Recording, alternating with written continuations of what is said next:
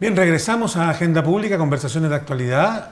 Esta es la segunda parte del programa que lo habíamos anunciado después de conversar con el dirigente Horacio Fuentes de la Central Unitaria de Trabajadores. Ahora tenemos a un invitado internacional que lo pillamos, que estaba en Chile, que ha venido a dar algunas charlas. Él es Vicente López, director del Instituto Sindical de Trabajo, Ambiente y Salud del Sindicato de Comisiones Obreras, esto es ISTAS España, y él es economista, así que Vicente, bienvenido a Chile, bienvenido a nuestro programa. Muchísimas gracias por invitarme y estoy encantado de estar con vosotros. Antes de entrar en materias propiamente tal de los temas que queremos discutir, quiero decir también que Vicente tiene un grupo musical que vamos a estar escuchando parte de su música de fondo. Después al final le vamos a preguntar un poquito para que nos cuente. Vicente, en Chile los trabajadores activos son del orden de 7,5 millones más o menos, trabajadores y trabajadoras. Entiendo que la cifra en España supera los 15,5 millones, 16 millones.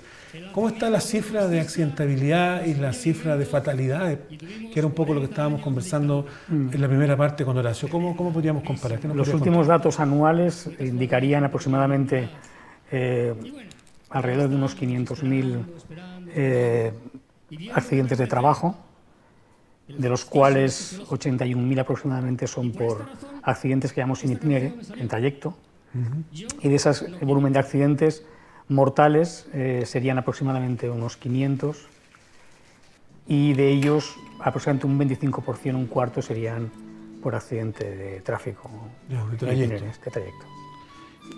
¿Y a qué se dedica el Instituto Sindical de Trabajo, Ambiente y Salud ISTAS en España? Cuéntanos un poquito de que tú eres director. El instituto nace en el año 95 a partir de la Ley de Prevención de Riesgos Laborales en España, que se inicia su recorrido en esas fechas, y nace como un proyecto del Sindicato de Comisiones Obreras, que es el principal sindicato en España, para, digamos, enfrentarse a una realidad que había que trabajar de forma importante en términos sindicales, como es el tema de la salud laboral.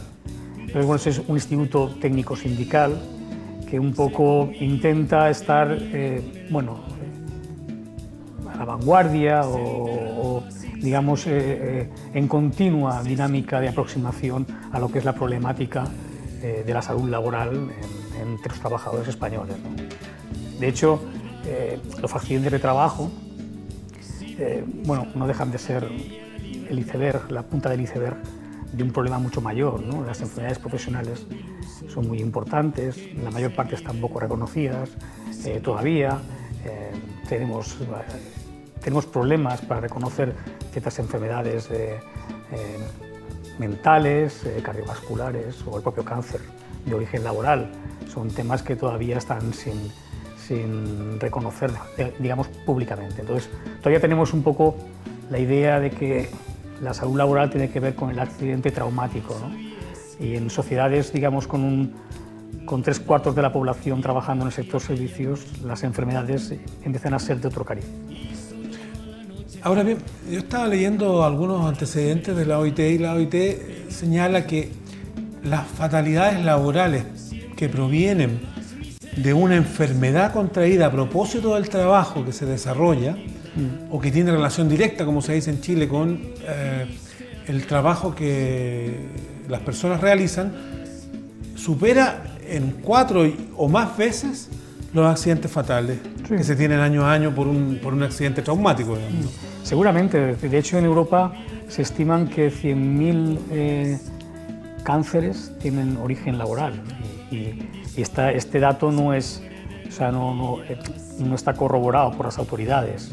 Es decir, que hay mucha enfermedad no reconocida, y de hecho una parte importante de la lucha del movimiento obrero en estos momentos está siendo el reconocimiento de algunas enfermedades, ¿no? El caso, por ejemplo, del amianto, o el caso en España hemos tenido últimamente con las camareras de piso, con un movimiento de base importante,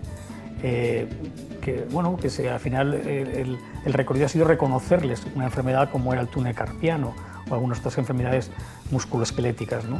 Hoy en día el reconocimiento del daño laboral sigue siendo un elemento de lucha importante por parte del movimiento obrero, ¿no?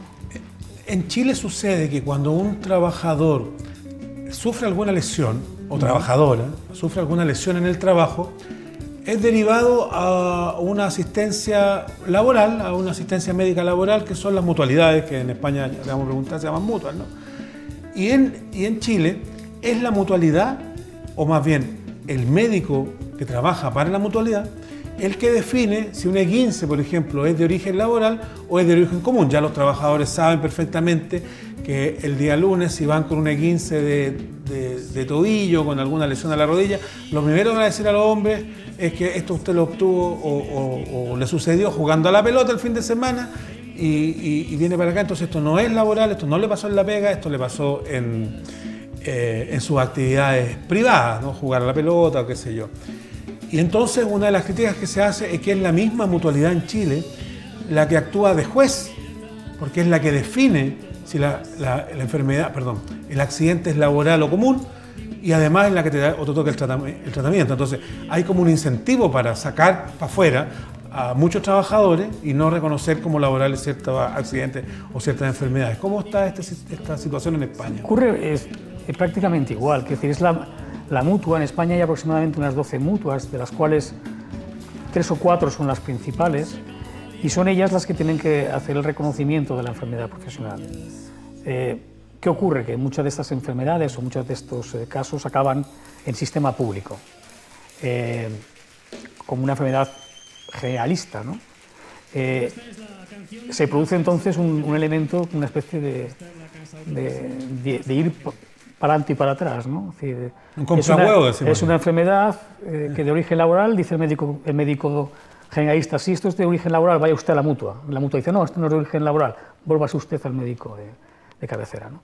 Porque esto es un elemento, digamos, el no reconocimiento de la enfermedad o del accidente es un ahorro para el sistema, en términos económicos y en términos asistenciales, porque al final el que asiste al trabajador es el Sistema General de Salud y no la mutua. Por lo tanto, ahí se produce una externalización de costes y un ahorro de costes por parte del erario público no, o de la mutua en este caso, que es la que tiene que reconocer la enfermedad. Pero bueno, eso es algo muy habitual, incluso en enfermedades ya conocidas, por ejemplo esta que comentaba del amianto, ¿no? Se tiene que seguir yendo al juzgado al juzgado, sí, para reconocer la enfermedad, ¿no? ¿Y qué ocurre en España? Que bueno, el sistema de salud, de momento, es un sistema universal, bastante potente, y por tanto el trabajador no queda a expensas, o sea, no queda descubierto. O sea, el trabajador tiene su asistencia asegurada, ¿no? Pero no tiene el reconocimiento de que sea un accidente o una enfermedad profesional, ¿no? Y esto es un poco esconder, ¿no?, el daño laboral de forma continuada. Es una pelea, ¿no? Yo siempre digo que se aumentan las cifras de reconocimiento de enfermedades profesionales y de accidente de trabajo, es que el trabajo sindical está dando frutos. Y uno de los elementos del trabajo sindical es que se reconozcan esos daños, ¿no? Es un poco lo que decía un autor francés, de Jours, ¿no? Es decir, en las sociedades tendemos a esconder el fracaso y a ensalzar el éxito, ¿no? Somos exitosos económicamente, pero escondemos el daño que produce ese éxito. El accidente de trabajo, la enfermedad profesional, es un daño que se produce para conseguir un beneficio económico, ¿no? Y el sistema esto no lo quiere reconocer porque le cuesta dinero, ¿no? Y de cierta forma también prestigio, ¿no? Ustedes ya llevan como ISTA y como comisiones obreras, y tú particularmente, un par de años trabajando en Chile, conociendo el movimiento sindical, realizando capacitaciones. Ya conversábamos antes de que tú llegaras con Horacio Fuentes, a quien tú conoces también como dirigente de la Central Unitaria de Trabajadores. Está muy presente en Chile, esa es mi visión al menos, el tema que la lucha sindical se da, o la lucha de los trabajadores se da en los ámbitos del salario y de la jornada. Y pareciera ser que cada vez más, ojalá, en temas de seguridad y salud, que estaba muy postergada. ¿Has notado un cambio? ¿Has notado que los temas se instalan en la mesa de los trabajadores o todavía está muy centrado en salario y jornada? Hombre, yo creo que la deriva que tiene el mercado de trabajo en mi país, ¿no?, y supongo que también aquí en Chile, por lo que conozco también es muy similar, y en otros países también, del mundo y del área europea, todo el proceso de precarización hace que cada vez sea más normal el trabajador pobre, ¿no? Una persona que tiene empleo pero tiene un salario que le impide llegar a unos niveles de bienestar determinado, ¿no? Y se consideran ya trabajadores pobres. Para ser pobre ya no simplemente ya no es simplemente aquel que no tiene trabajo, sino incluso aquel que tiene un mal trabajo puede llegar a ser pobre. Entonces el salario siempre es un elemento central. La distribución de la renta, del beneficio, siempre es un elemento central y la jornada es un elemento central. El problema es que tapa otros salarios que no son tan visibles. Y la salud es un salario invisible.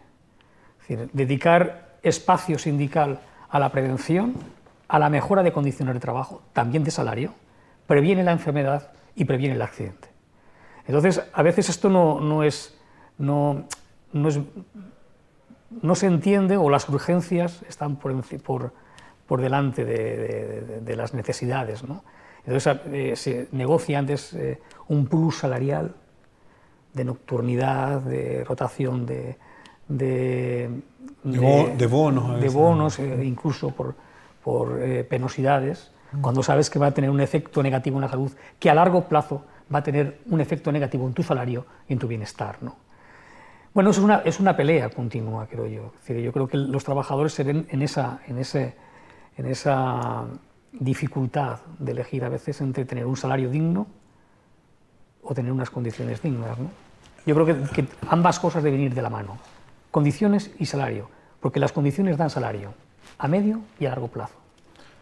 Ahora, en Chile pareciera ser que los trabajadores están muy centrados en la demanda, o más bien en la denuncia de cuando un accidente se produce, cuando una enfermedad ya es patente y clara y el trabajador efectivamente está enfermo y no tiene las mismas condiciones de salud, de sanidad normal, ¿no?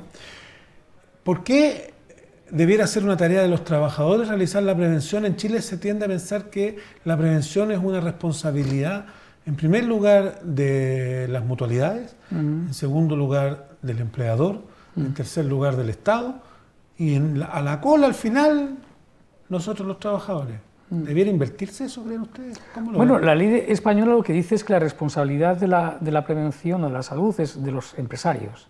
El empresario es el que tiene la responsabilidad de que en el marco de la relación laboral se den unas condiciones dignas y unas condiciones saludables.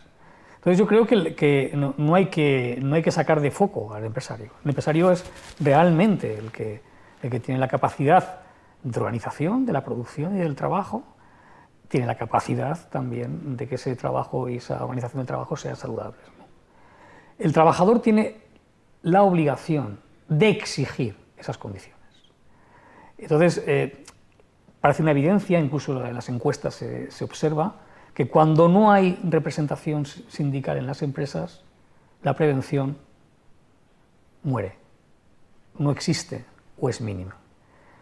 Es decir, si no hay un trabajador o no hay un trabajo organizado, trabajadores organizados que exijan la prevención, el empresario tiende a cumplir lo que dice la ley, si el sistema fiscalizador así se lo impone, si no, ni siquiera eso, ¿no? Por lo tanto, yo creo que al trabajador creo que hay que exigirle esa capacidad de exigencia al empresario de que cumpla con su cometido, y al Estado de que fiscalice que ese cometido se cumple y se cumple en condiciones. Yo creo que son tres partes, que las tres tienen la misma importancia. Puedes tener una buena ley, pero si no tienes un empresariado determinado ni una fuerza sindical determinada, la ley no se va a convertir en realidad. Si tienes ley y tienes una fuerza sindical importante, esta ley se cumplirá. Entonces, yo creo que ese tipo de cosas son importantes, es decir, donde hay sindicatos hay más salud. Eso es un poco sería el titular, ¿no? Hay un mejor trabajo. Hay un mejor trabajo. Quizás nuestra audiencia en la casa, en algún momento, los que están trabajando, han participado de algún cuestionario que les realizaron en sus trabajos respecto de salud laboral y salud mental. Es el cuestionario ISTAS, que en varios sectores laborales es bastante conocido, en que le preguntan en varias dimensiones cómo está los riesgos psicosociales o psicolaborales en su empresa, al interior de la organización en la cual trabaja. Bueno, tu instituto es el responsable de haberlo traducido al castellano porque este es un cuestionario realizado por profesionales en Copenhague, que después llegó a Chile, tomado por el Estado, puesto por el Ministerio de Salud como un cuestionario obligatorio para todas las empresas. Ya lleva operando, aplicándose unos 5 años en Chile. Cuéntanos un poquito de Listas, ya que ustedes son los padres de Listas y le pusieron... De Listas 21. De Listas 21, así es. Bueno, sí, el Listas 21 es un método que evalúa los riesgos psicosociales. Proviene, como bien decías, de Dinamarca, y el grupo un grupo técnico de ISTAS, que está situado en Barcelona y que componen Salvador Moncada y Clara Llorens, pues fueron los encargados de validar esta metodología a nivel español, y de ahí, bueno, pues ha pasado también no solo a Chile, sino también se está validando en Perú. Vamos también a iniciar los procesos para validarlo en Uruguay, también en Argentina. Y por lo tanto es una metodología que tiene como elemento principal. Yo creo que tiene elementos principales, primero, que es una metodología científicamente muy contrastada, que se utiliza en muchísimos países. No existe otra metodología, otro mecanismo de evaluación de la misma envergadura que este. Y además, bueno, es un método que tiene cientos de publicaciones científicas y está muy por delante de otras metodologías de evaluación, ¿no? El ISTAS 21 tiene además la impronta que nosotros queremos darle siempre, es que tiene, aparte de ser una encuesta, como bien decías, para evaluar los riesgos psicosociales, tiene una metodología de aplicación participativa en la cual los trabajadores son elemento esencial. Colaborativo. Claro. Y los sindicatos son un elemento esencial a la hora que esta metodología se aplique y se aplique de forma correcta. Es decir, no se puede aplicar ISTAS 21 sin una participación activa desde el inicio, desde su diseño, sin la participación de los trabajadores. Esto no tendría ningún sentido. Entonces, una metodología que tiene esta parte, digamos, importante de participación, que creemos que la diferencia de otro tipo de instrumentos de evaluación del riesgo psicosocial. Eso es ISTAS 21 y mide el riesgo psicolaboral. ¿Y cómo consideran que están hoy día los riesgos psicolaborales? Porque es fácil, para los trabajadores, para nosotros es fácil ver y notar cuando uno se lesiona un tobillo, una rodilla, el hombro, una muñeca, un dedo, no tengo idea. Pero es mucho más difícil darse cuenta cuando uno tiene una lesión mental. Además, muchos psicólogos y psiquiatras dicen que, particularmente en Chile, no sé cómo será en España, nos cuesta mucho reconocer enfermedades mentales, un trastorno, un estrés. ¿Cómo han visto ustedes? Yo diría que incluso más allá de la enfermedad mental, es decir, el riesgo psicosocial, digamos, te acerca a otro tipo de enfermedades cardiovasculares o incluso gastrointestinales, es decir, va más allá de la enfermedad mental. Hipertensión. Correcto. Entonces, va mucho más allá de la enfermedad mental, ¿no? El gran elemento en estos momentos de discusión, que para nosotros no es una discusión, ¿no?, es que el poder económico se empeña en situar los riesgos psicosociales en el ámbito puramente individual. Es la persona la que tiene problemas frente al trabajo. Este es un poco el elemento que subyace a estas ideas de que para evitar el estrés hay que hacer yoga o hay que hacer un poco de deporte, ¿no? El problema no es ese. El problema es que la organización del trabajo puede generar problemas de salud, y quien organiza el trabajo es el empresario.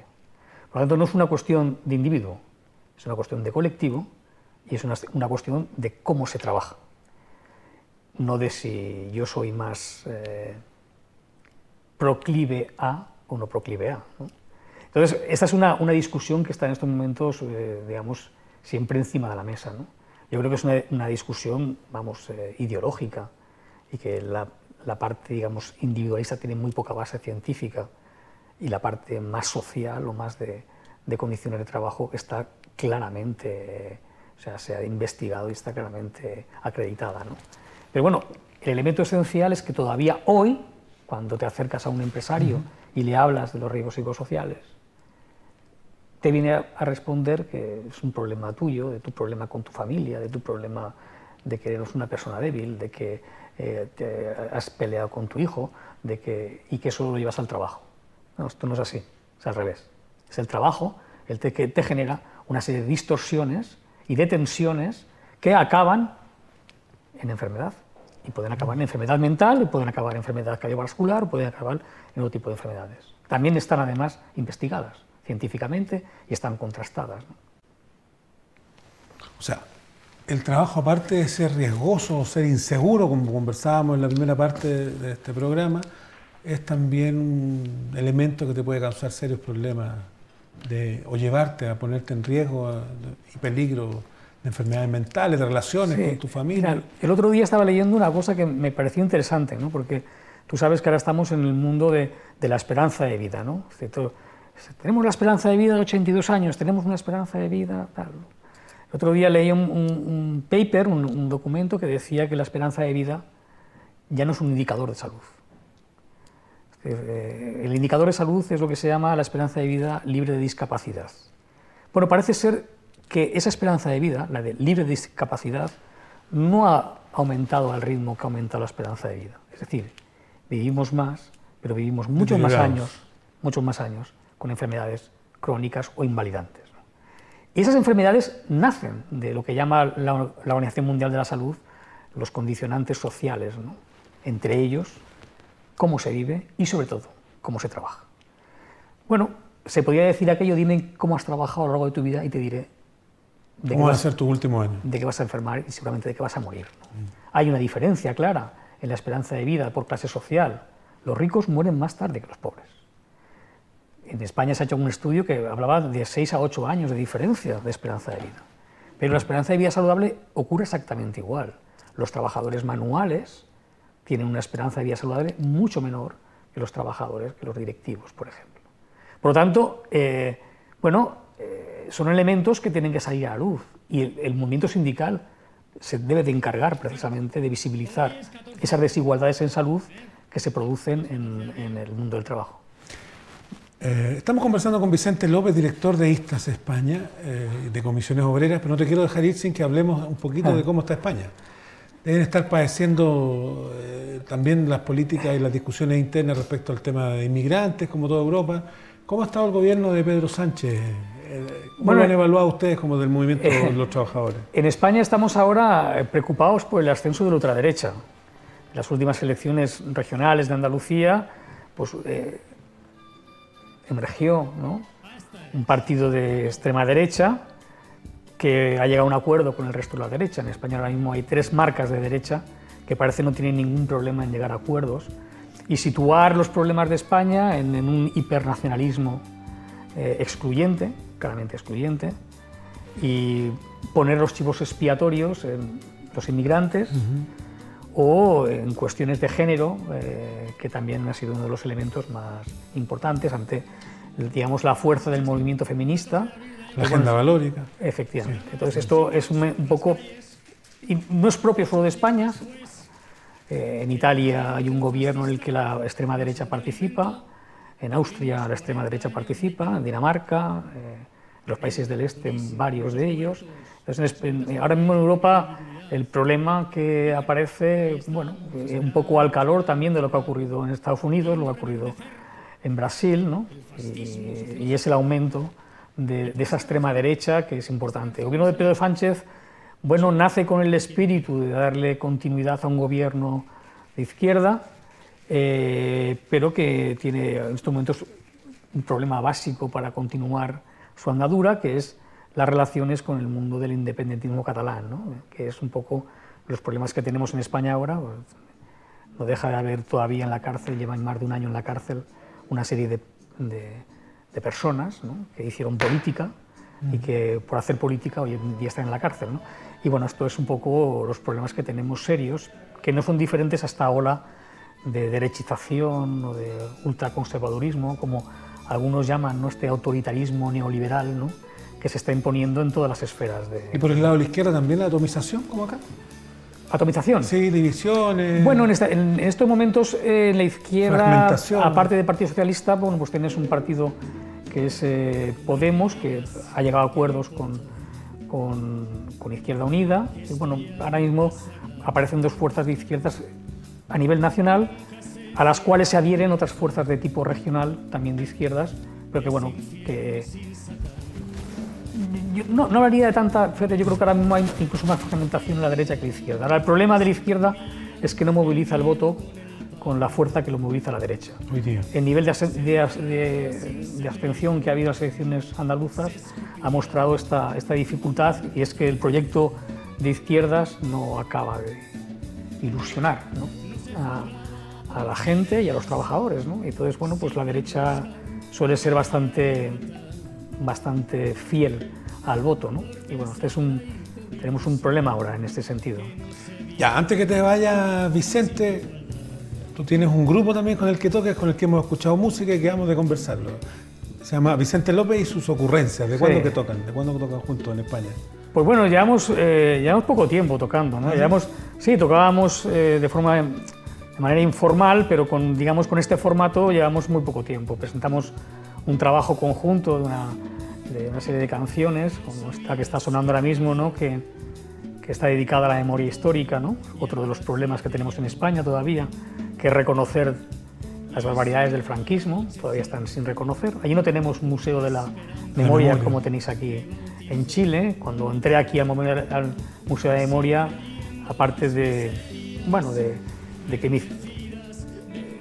me saltaron las lágrimas, ¿no?, pues te quedas un poco parado, chafado, ¿no?, al ver que en tu país no ha habido ningún reconocimiento a las cientos de miles de víctimas del franquismo, y somos todavía el segundo país del mundo, creo, que el mayor número de desaparecidos todavía, ¿no? Entonces, bueno, este grupo pues, tenía la idea, pues, de hacer algunos temas de corte político, social, claro, y también alguno que no tiene que ver nada con la política y con lo social. Y bueno, pues ahí estamos en esta crisis de los 50 un poco para aprovechar y dejando testimonio también de las vivencias, de lo que está correcto, ocurriendo. Las vivencias personales, sí, correcto. Ya. Bueno, muchísimas gracias. Hemos a vosotros. Llegado al final. Esta fue la conversación con Vicente López, director del Instituto ISTAS del Sindicato de Comisiones Obreras. Muchísimas gracias por estar con nosotros. Muchas gracias a vosotros. Por hacer espacio en la agenda, tu apretada agenda en Chile. A nuestra audiencia, muchísimas gracias. Nos reencontramos el próximo domingo a la misma hora en este mismo canal, con este mismo calor del verano, así que disfrute el verano porque dura poco a veces. Dicen, aunque pareciera ser que con el calentamiento global las estaciones han ido cambiando un poco, ¿no? Bueno, que tenga una muy buena semana. Muchísimas gracias por acompañarnos en Agenda Pública, conversaciones de actualidad. Chao.